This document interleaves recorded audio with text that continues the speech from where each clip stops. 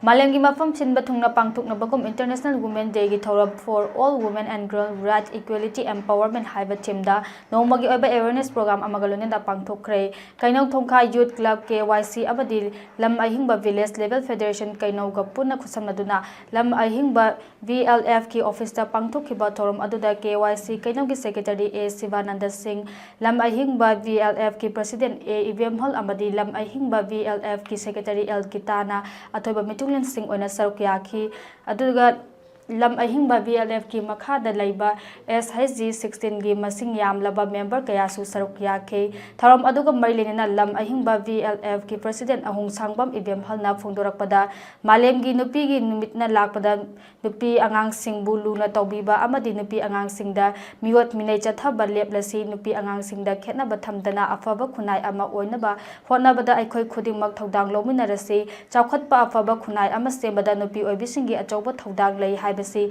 Aikoi Kudimak na Kamina Bagaluna, Malemgi Nupigi Numit Asi, Aikoi Oinasu, Ajoba Todang Amalofam Toi Kanjaduna, KYC Club Kakusan Maduna, Thouram Asi Pangthokhpani, Makatana Sulamdam Asigi Amadi Nupi Singidamak, Lofam Thokpa Tabak Thouram Singsu Lokhat Kigani Haina Makataki. Malemgi Nupigi Numit lakpasida lamahingba bele penok thongka amadi KYC club anina khusinaduna Malemgi Nupigi Numit lakpasida Malemgi